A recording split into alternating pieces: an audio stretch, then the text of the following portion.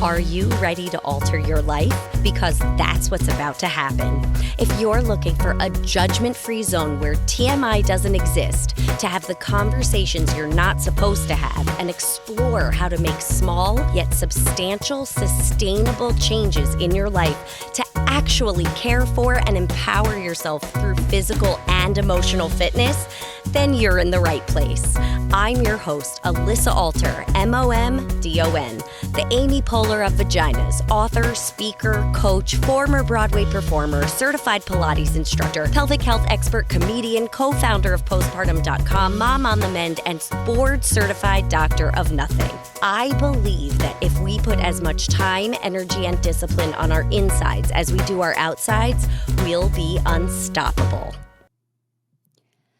I have so much that I'm excited to share with you today, but before we dive in, I really want to address the question that I know is at the top of mind for you, that is taking up all of your thoughts and just attention. And so I want to settle this right now. I know that you are wondering, Alyssa, what does your name and today's guest, Jason Feifer's book, have in common?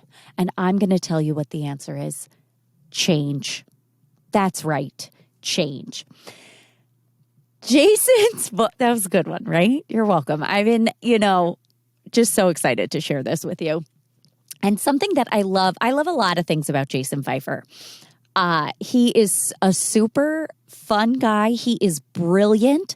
He is so fun. And he just so happens to be married to an old Pilates client of mine, which I did not find out about until after I was already a mega fan, subscribed to his email list, totally trying to figure out how I could maybe one day be friends with him. And then it turns out I can be.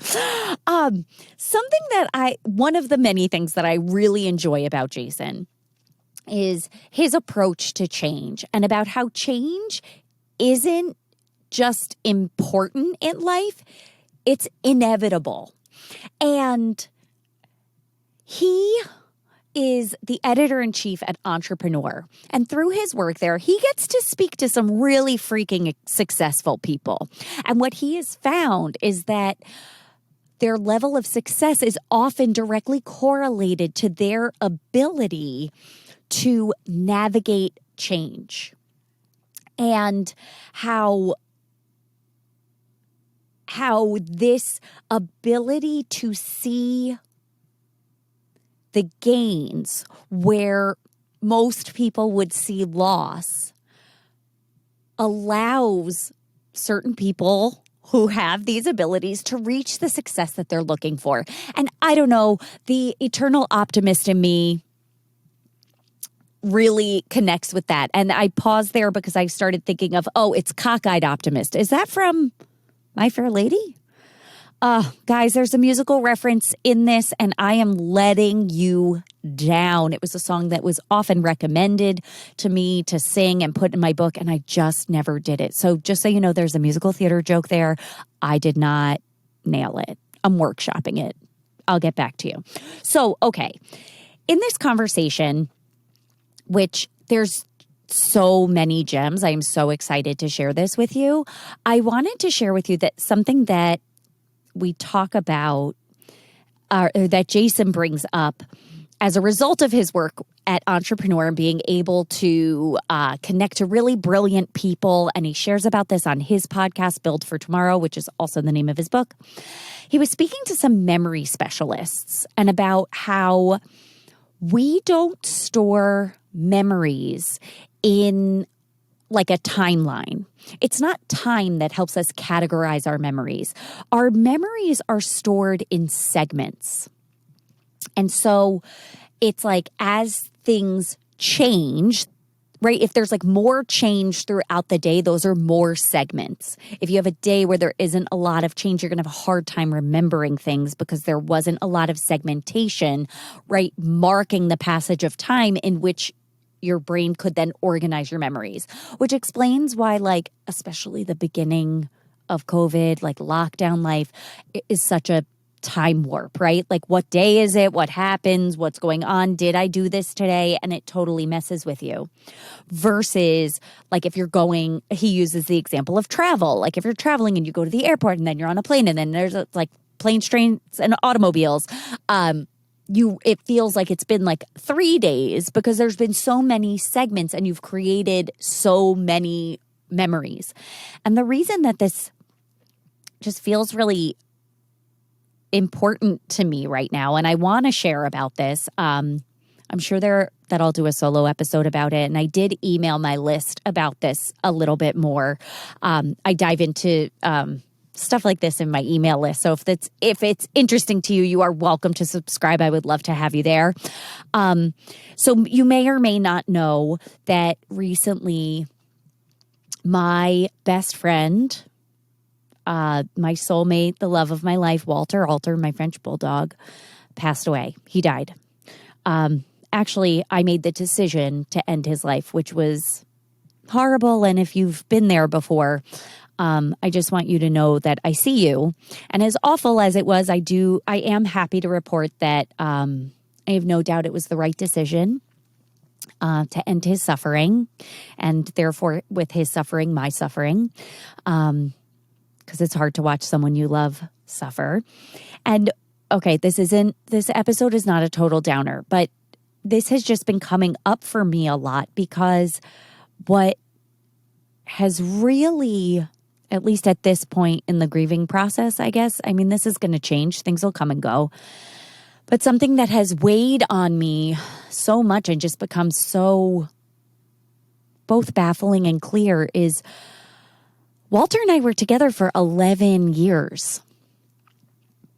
And it simultaneously, I don't remember life without him. And I don't understand how 11 years went by so fucking fast. How come we only got 11 years?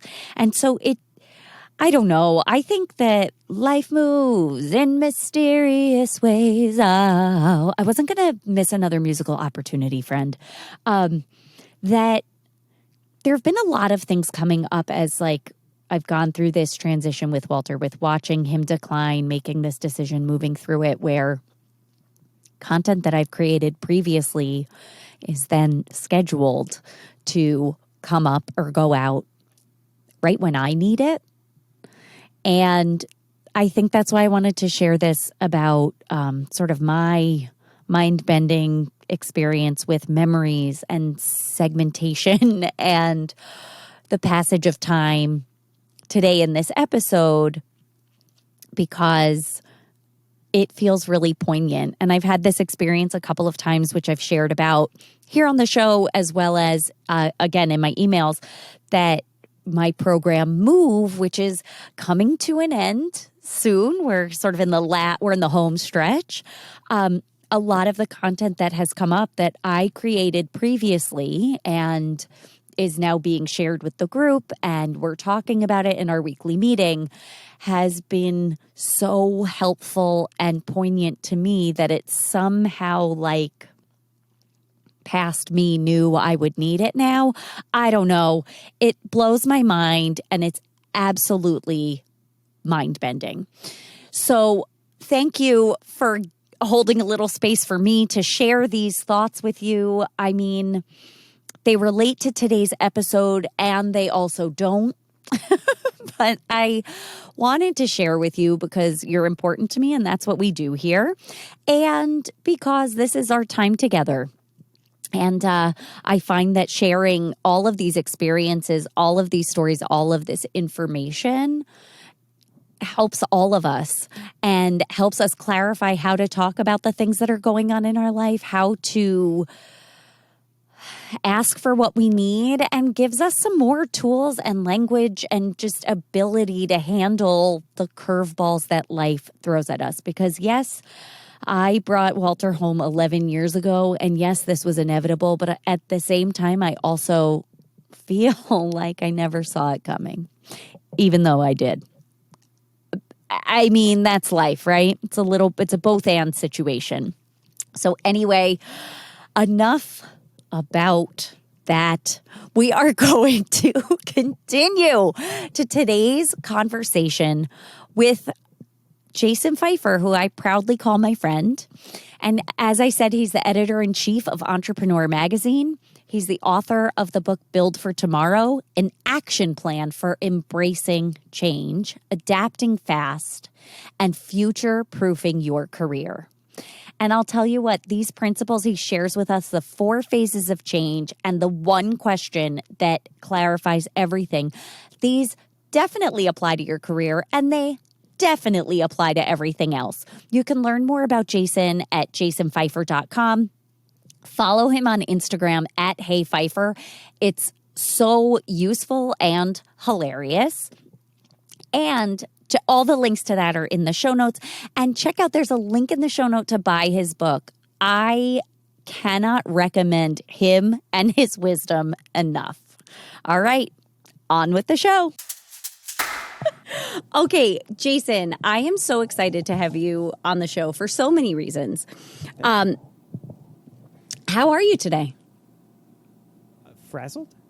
I've come to be one of those people that looks at a little piece of software that tells them how many steps they've taken during the day, and I found that my goal that I've set for no good reason at all is 10,000 steps. And I have found that if I can reach that, it's because I had enough time during the day to move around. And therefore, at the end of the day, I don't feel as crazed. Today, I took like a 30-minute bike ride, which was nice. But you don't get much credit for that. I'm at 4,000 steps. It's 5 p.m. So that gives you an indication of how much I've moved. It has not been a lot today. Yeah, it does. Well, and I mean, that 10,000 steps is not completely arbitrary. Like the somebody said, the World Health Organization, the CDC, the American Academy of Pediatrics, somebody official. You're just throwing out names, yeah. Yep. That also go by three letter. Sure. Yeah. They recommend 10,000 steps. And I do find it interesting. Like, look at the value in that. You now have recognized that when you move your body more, you feel better. When you move it less, you don't. You don't. You don't. You feel right. Well, it's just because it's like if you didn't move your body, it's because you had one of those days where you couldn't move your body, where there's just back to back to back to back things, and you give yourself absolutely no time for like mental breathing. I recorded a podcast earlier today, and in the middle of it, I stopped and I was like, I'm sorry, I don't know what I'm talking about right now. Like I've lost the thread entirely, and it's because I just my brain never had time to reset from the things that I was doing before. It's like the podcast, or I mean, maybe it's podcast specific or just content version of like highway hypnosis. When you're driving on a long drive and you're there and you're present, but you do kind of zone out and you're like, wait, where am I? I'm already here. That's always very alarming. I don't like that. No. And you know what's like, so that is alarming. Also, like being in the shower and then being like, did I wash my hair is also alarming. But I think that in a way it's the same thing as, do you have friends who have said things to you like, I took this job and then 15 years went by. I don't know how fast that happened, right? Like I have friends who've done that, and that horrifies me. The idea of that horrifies me. I think about that a lot. I mean, I've been an entrepreneur since 2015. That's 7 years. Like that. I mean, look, it's been like a good 7 years. I'm not saying bad things, but like the idea that 7 years just flew by horrifies me. I don't like it at all, and it makes me feel like I have to be like ever more alert to every single day. Which can be a lot of pressure, but we do need this increased. Everyone's talking about being present, but like, what does that mean? What does that actually mean? And I mean, I think it is trying to have those moments of, wait, how much time has passed more often. Mm-hmm. Breaking up the highway hypnosis, the life hypnosis. Yeah. I talked to some memory researchers. We're really all over the place. I don't know that there was, if you had a point to our conversation, but We'll get there. I've imbued no point to this at all. But I talked to these memory researchers for this episode of my podcast, Build for Tomorrow, and they told me all sorts of like completely mind-blowing things. But one of the things I found was so interesting, this guy Philippe Debrigard at Duke University was telling me about this, how our brain does not remember things by time in any way. Like we're really very bad at attaching any kind of time to things, which is why you're like, did that happen last week or in 2017? Right? Like it's hard to remember. Instead, what our brains do is that they kind of form memory by segment. So the more segments that you have of your day, the more new things happen so that your brain experiences it as a distinct segment separate from other things that happen during the day, the more you will remember. And the things that are not segmented, you will remember less of, which is the reason why, for example, when you travel, it feels like it's been 3 days, right? Like, you got to the airport in the morning and you landed somewhere and then you had another like part of your day and it feels like so much time has passed. And the reason is just because you are literally remembering more things because more things happened in your day because there were more segments, which is different from sitting around and just like having a regular day where there aren't as many segments and therefore you don't remember it. It just blows by. That also explains the time warp that has been COVID life. Oh, yeah. Exactly. Like because that is wild to think about, like how much time has actually passed because there was so much sameness. I mean, we were literally not going anywhere. So there was no novelty. And I remember saying to Jeremy, like, I need a novel experience. Like, I just need something new to mark just anything. Right. You literally do. Like your brain literally needed that. So what we're kind of saying also is that like our brain needs change. Nice transition. You see it? No, I'm good at them. I took a lot of ballet class, transitions. That's where the magic happens. Yeah, it was tippy top of the toes and a nice 180 degree spin. Look at you. Look at you throwing dance terms around. I mean, I don't think that was a dance term at all. It wasn't. Yeah, it wasn't. I didn't know. It was a layman's description. I appreciate that. But that was very nice because maybe if anybody has survived the last couple of minutes, they will come to learn that I have a book called Build for Tomorrow, which is about change, which is the reason why you did that very excellent pivot. And I don't know if you've realized this, but you are on the show. This is me segmenting your day of all the content hypnosis. You're on my show, which is called Alter Your Life, and alter means change. It does. That's like literally my name. So what? Which is also funny for someone who didn't like change for so much of her life. But I'm not alone in that. But no, what I want to ask you, Jason, is why is change important? Besides breaking up what we've talked about, like in terms of our memory to literally like give us grounding in a sense of time and place, which is more important than ever. It is very important. Why else do you think change is important? Well, so, there's probably all sorts of fascinating psychology about why change is important to you. But where my focus is in accepting that change is inevitable. So the thing that I have noticed is that the most successful people, and I get to talk to a lot of them. You do. The most successful people are the ones who are the most adaptable. And I think it's because they picked the right side of this divide, right? If change is inevitable, right? Like, we could talk about why change is important and all, but like it's just, it is coming for you. It has come for you. It shall come for you again. Nothing that you build will ever stay the same. And yet people's instinct so often is to try to cling to the old thing, to immediately see loss instead of gain. And that just sets you back. That inhibits your ability to identify the opportunities ahead. And so the thing that I really wanted to understand was if we are to take that change is inevitable, then how do we best manage it? How do we become the kind of people that see new things as opportunities, that see gain where others see loss, that see a willingness to reconsider things that we might have once thought were impossible or too difficult or too cumbersome?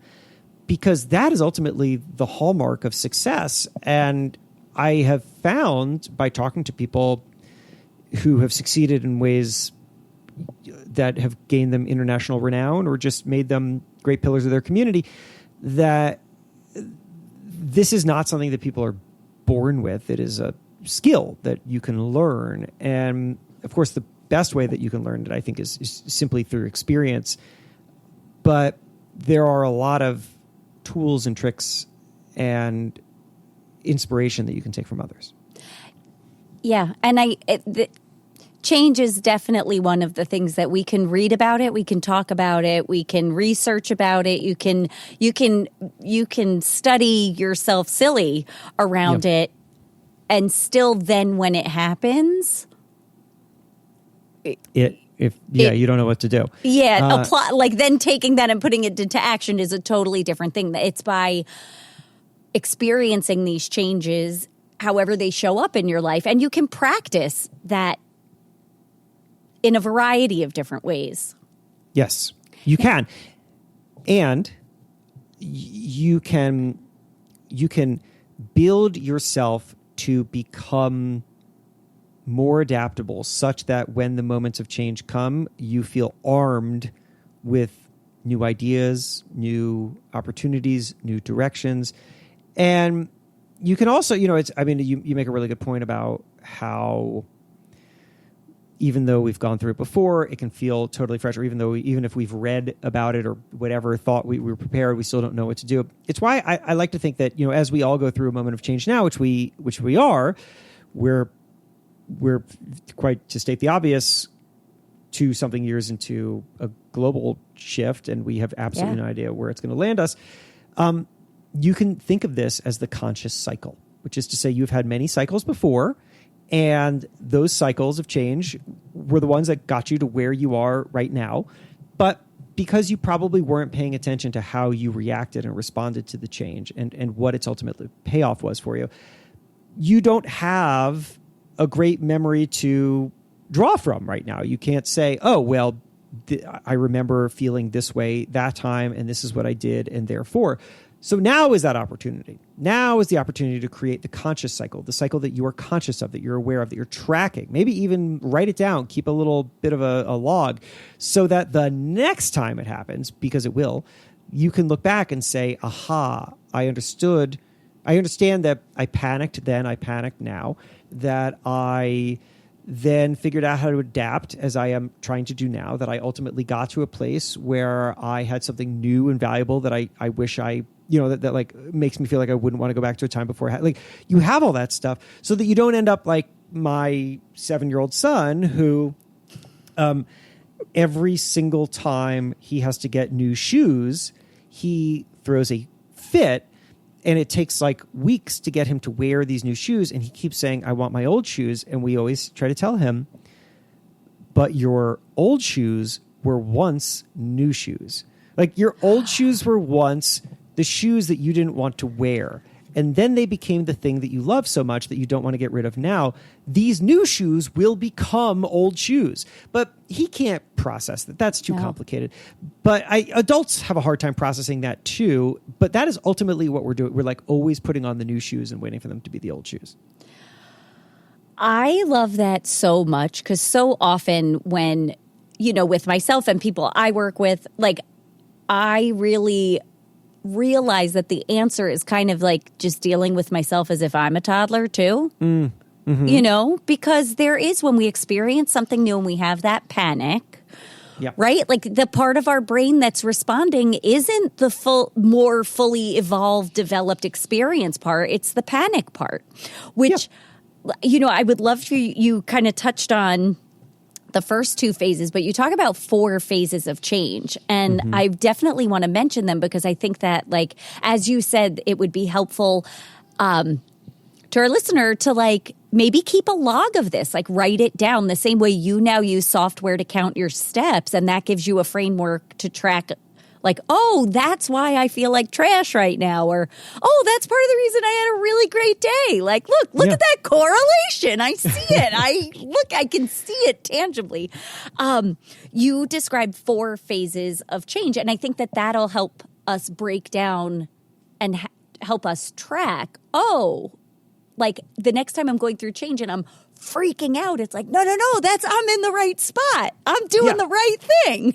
This is right. when I'm supposed to freak out. And it's totally natural and everybody does it. So the 4 phases that I've identified this really solidified for me as I watched everybody at the same time go through these massive changes at the beginning of the pandemic and then watching some people just speed ahead.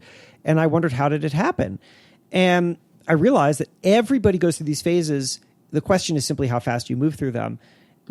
Panic, number 1. Adaptation, number 2. New normal, number 3.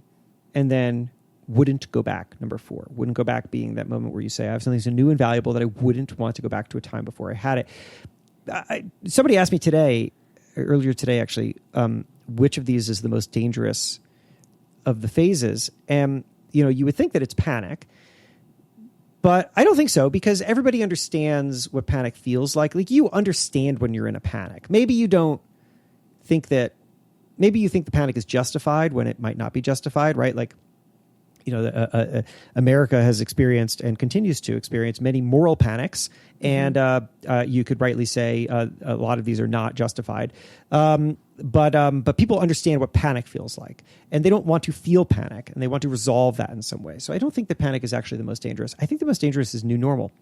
And the reason for that is because new normal is when you start to regain some sense of familiarity, and people love familiarity. And I think that they settle for familiarity. They do not push themselves towards what could be the ultimate prize of whatever they're adapting to, because they found something comfortable, and they would rather stay in something that maybe feels a little like whatever it did before, or it feels like they got enough without having to take the big risk, or without having to push themselves too hard, or without having to really deeply reconsider why they do something or the way that they do something. But that last step of really, really pushing yourself is, I think, ultimately where you can truly define yourself and grow in a way in which I think is available to you, but that most people don't take. Yeah. When you were describing the dangers of the new normal, and I totally agree, the dangers of that can exist in the familiarity and the comfort. I mean, this applies to every facet of, everything. Mm-hmm. Like, my first thing I'm thinking of is like my first marriage. Like, I hung out for a while because it was easier to. I knew what, like, the devil, right? Until it got too uncomfortable, and then it was time to make a change. But that made me think about: isn't that the place before you decide to make a change? Do people get stuck in the new normal? Like, we panic, we adapt, then we're in the new normal. I guess what I'm asking is, like, how do you then avoid getting stuck, and you find your new normal, you find the comforts within that? That's what you're talking about, pushing through that to get to the I won't. Let's say that you run a small business, and your market has shifted in some way. There's something radical has changed about the way. Let's say you run a wig shop. And, okay. Because I'm going to use a real world example. Let's say that you run a wig shop, and you and your name is Lena, and you live in Baltimore. Okay, Lena's Wig Shop, Baltimore, Maryland. And your name in your company is called Lena's Wigs. So Lena, let me just tell you a story, and then I'll apply to what we're talking about. So I've really backed into this one. Lena's Wigs is this shop in Baltimore, and And it used to operate like a storefront. You know how a storefront works. It's a storefront. People walk in and they can shop. And, Lena had to hire somebody to greet all these people. And that's the story. And then the pandemic came along and she could not allow people to just walk into the store. And so she's thinking, well, how do I run my business? Which of course is the thing that everyone was thinking. And so Lena had to think of alternatives here. And the one that came to mind was one that it wasn't like some new idea. It was something that she was well aware of before, but she just didn't think it was good for her business, which was appointment only. Appointment only. People can make an appointment and they can come individually, and that's how it'll be COVID safe and whatever. Now, the reason she had never done that before was because she thought, well, that's too much friction. I don't want to add friction to the experience. I want people to come whenever they want to come and look at the wigs and buy a wig. But now she was forced into it. She was forced into this appointment only. And so she did it, and she discovered something fascinating, completely unexpected. And that was that her sales and profits went up and her customers were happier. Why? Well, here's why. Because as it turns out, Lena had been structuring her business around people walking in off the street. But people walking in off the street don't buy wigs. They come in, they look at wigs, but they're not really the wig shopper. Her wig shopper are buying for religious and health reasons. Right. Those people are not walking in off the street. This is not some impulse purchase. Mm-mm. And in fact, those people really, they're there for a personal reason. They don't want to be trying on wigs with a bunch of randos off the street. No, they don't want an audience. They don't want an audience at all. So Lena was paying a person to greet people who were going to come in and never buy something from her. And meanwhile, she was creating a lesser experience for the people who actually were buying things for her. So she was stuck in the familiar, which is why she kept running it as a storefront. Then she was forced to make a change. And so she did this appointment only viewing thing. And it worked very well. And that is exciting. And so this, I think you could argue, is the new normal, right? Which is to say, Lena has just found a new way to serve her existing clients. And that's great. That's great. But here's the thing. There's still more to go, because Lena can now think, well, okay, what else don't I know about my business and don't I know about my customer? And so she starts to push herself even harder. And she discovers that, for example, people don't even need to come into the shop. People are happy to, if you provide the right kind of customer service and you really understand your consumer, they'll do virtual try-ons. They don't even need to come to you, which means that she doesn't need to serve people just in Baltimore. She can expand her business. And that means rethinking a lot of how she operates and what kind of business she really is, and paying people to redo her digital presence and everything. And now this is how Lena has gone from new normal to wouldn't go back, right? New normal was where she found something that was familiar and it was good, and there's nothing wrong with that, but she could have stopped there. She could have said, aha, phew, found a new way to serve the same people. But the real opportunity was to keep going, to keep pushing and say, what else don't I know? And then get somewhere else. I am so glad I asked that and that we got to hear about Lena's wigs, because that really is, that's it, Jason. You know this. You literally wrote the book on it. That it's not just reaching that new normal and working through the one thing that pushed you to change. It's then, if this, then what? Integrating then this lens of opportunity, mm-hmm. and what else can be true, and moving forward with that. That's right. One of the chapters that I have in the book in the New Normal section is all about this very simple question: what is it for? What is it for? I think people should be asking this question about literally everything they do, and they should ask it all the time, because the answer is going to change. What is it for? What is this podcast for? Alyssa, what is this? You don't have to know an answer right now. You're just starting it. Or maybe you have an answer, and the answer is, well, I'm going to serve my community, right? Yeah. No, and literally that's why I also wanted to emphasize this end point, that it's once...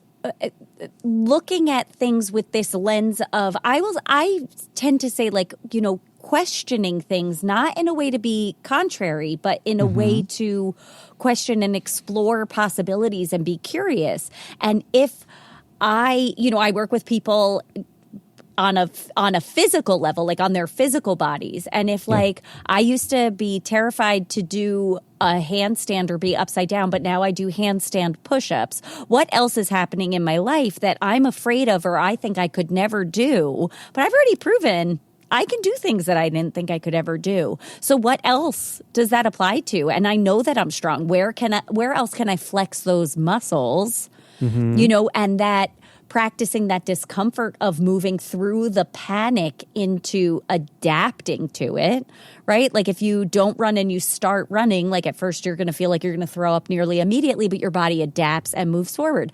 When I started setting boundaries with people in my life who needed boundaries, I'll tell you what, I thought I was going to throw up.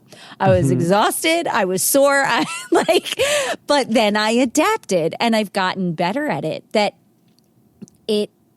Change, which is literally my last name, is really scary. And it doesn't have to stop being scary, and we can still do it and we can handle it. Yeah. There are ways to do it. And I think what's brilliant with your four phases of this is that it really contextualizes things. And again, you could be like, yeah, I'm freaking out. Okay, guess I'm at step 1. Like, okay, so step 2 is adaptation. Like, now I can sort of see where can I be proactive about that? Do I see an opportunity to adapt, or am I just drowning? How do I get to that? And it helps give you a sort of guideposts and a roadmap through the unknown. Yes, that is totally right. By the way, if anybody has been hearing banging and is wondering, what is that? Because I can see it registering on my microphone. That is my children upstairs who are making an insane racket. I came down to the basement thinking it would be quieter, and it's not. But yeah, so I agree with everything that you said there. And just to kind of to loop back to the what is it for thing, like the reason why I really like that as a question is because it forces you to evaluate the purpose of everything that you do and everything that you have, and it can change. So like I asked what is the podcast for? It's like it's a thing you're doing. You're spending time doing it, and at the very start, the answer could be what is it for? Well, it's for me trying a new medium. It's for me seeing if this is a good space for me, and if this is a way to continue to bring value to the people that I serve and find new people as well. That's great. And then it'll evolve. There's just the reason why to keep asking it, right? So, I have a podcast. What is it for? Well, in 2016, when I started it, it was for figuring out how to podcast. It just seemed like a skill to have, and I thought it would be helpful writing. And then I thought, well, okay, if I grow this thing, maybe what it's for is to make me money. I'll tell you something. It's hard to make money on a podcast. So it makes me a little money, but not significant. Certainly not enough money to justify the amount of time. But I keep asking this question because I want to make sure that, like, if I'm going to invest time in doing something, that there's a purpose to it, and that I understand, therefore, what my expectations are for it and what I seek from it. And so I, like with my podcast, I've come to think of that what it is for 2 things. It is an IP factory.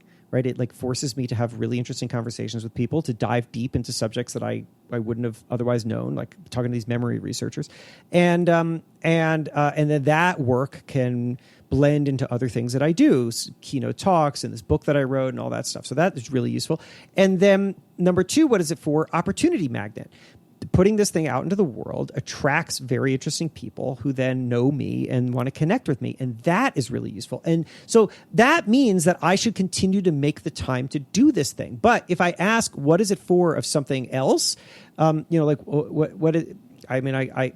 I don't have something that's just sort of like a net drain on my life, but I'm sure I do, and maybe I haven't asked this question. Well, what is it for? And if the answer is it's not for anything, or it's for something that I don't really value, then it's time to get rid of it. And it's a good forcing function to initiate change for yourself, and like also always be aware of where the opportunity is. Just sort of like one other thing about speaking of podcasts is content. I hate the word content, but I've spent my life making what some people would call content, because I worked in newspapers and now I work in magazines and make podcasts. And like, what is content for? I think that decades ago, content was for monetization. But it's not anymore, right? Mm-hmm. Even at a major publication like Entrepreneur, I mean, like it is like that's how we make our money. But increasingly, it cannot be because the advertising industry is just shifting in a way in which you're just not a smart company if you are relying entirely upon advertising revenue. So you look at it and you think, well, okay, what is content for? And I think about this personally too with everything that I make. And I think, well, okay, content is, if it's not for monetization, is it for anything? And the answer is yes, it's for relationships. That's what it's for. People trust you because of content. And if they trust you, then you can build upon that trust with other things. Maybe you can sell them products and services that they'll value and trust you to provide because of the content. So, the more that you think about what is it for on everything that you do, the more you start to feel like you can navigate this shifting terrain. Because if I simply thought of content as a thing to monetize and then it's harder to monetize content, well, then I might say, to hell with it, no more content. But if I have a really good understanding of like, what is it for now, then I can start to adapt my strategy. Yeah. And if you have a really clear answer to that, what is it for? And the answer is something that's showing you that something needs to change, that is like your security blanket through the panic. Yeah. And through all of the hard stuff that's to come, because you're really clear. I mean, in a lot of world, what is your why? What's the why? Right. What's the, sure. And this is, I think a clearer, like a more direct way, like what is it for? You can really answer that clearly. It's more specific and helps guide you to what actually needs to change. Because the answer isn't just like, drop everything, walk away, and start over. Right. We don't, these big overhauls. It's, Jason, are you ready for this? It's small alterations that you integrate into your life, right? That then build up into massive change and yield big results. You're just looking for every possible way to use the word alter. Yeah. I mean, it's good. You gotta how use can the I resources not? you have. Yeah. Right? Use the resources you have. Yeah. It's right there. It's right there. Well, Jason, I am going to include in the show notes how people can. I highly recommend joining Jason's newsletter. I'm a huge fan, and listening to the podcast Build for Tomorrow. Also a huge fan. And I cannot wait to read your book. And you can get it anywhere, right? You can get it anywhere. Do you have a favorite place that you would like people to get it? My favorite place is wherever someone will buy a copy of Build for Tomorrow, the book. If you, for some reason, cannot think of a place that sells books, if you're just drawing a blank, you can go to jasonfeifer.com/book. I will. There are plenty of recommendations for places you can go buy books, but I take them all. I take your local bookstore. I take Amazon. I'm not discriminatory in that way. Okay, great. And I would also invite everyone, you can correct me if I'm wrong, but if you buy it from someplace where you can rate it and leave a review, say nice things. That would be wonderful. Tag Jason on social media, Oh, yeah. Let him know you love his book. I appreciate that. Right? I thank you in advance, and I also thank you when you do any of those nice things. Thank you so much for being here, Jason. Thanks, Alyssa. This was so fun. Thank you so much for sharing your time with me and listening to the end of this episode. Look at you. You're someone who finishes what they start. I love that about you. And if you're picking up what I'm laying down, be sure to visit me over at alissaalter.com for more resources on how you can alter your life, like downloading the 5-minute meditation that I use to start my day with confidence and ease, all before getting out of bed. See you next week.